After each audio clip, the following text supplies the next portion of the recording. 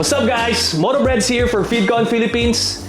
Accidente nyo bang na-switch yung language ng R1 Pro nyo from English to Chinese?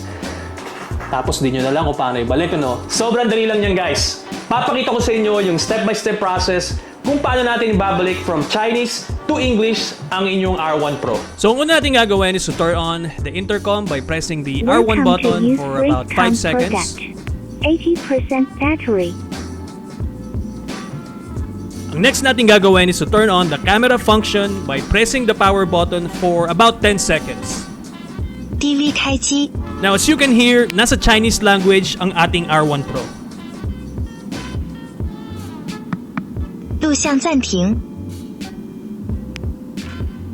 To switch it back to English, we just need to press and hold the power and Wi-Fi button until makita natin yung blue flashing lights.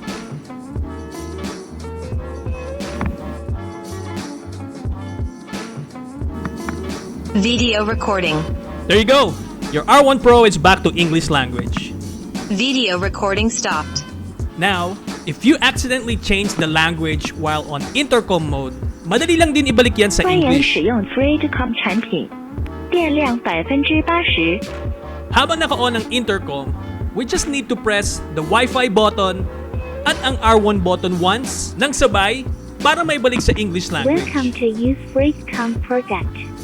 Finally, reminder guys, magkaiba ang change language between camera mode at sa intercom mode. Again, for camera mode, i-turn on ang device, press and hold the record and Wi-Fi button until mag-flash ang blue lights. At para naman sa intercom mode change language, i-turn on ang device, press and hold the R1 button at yung Wi-Fi button once nang sabay. Again guys, this is Motobreads for Freedconn Philippines. You guys ride safe.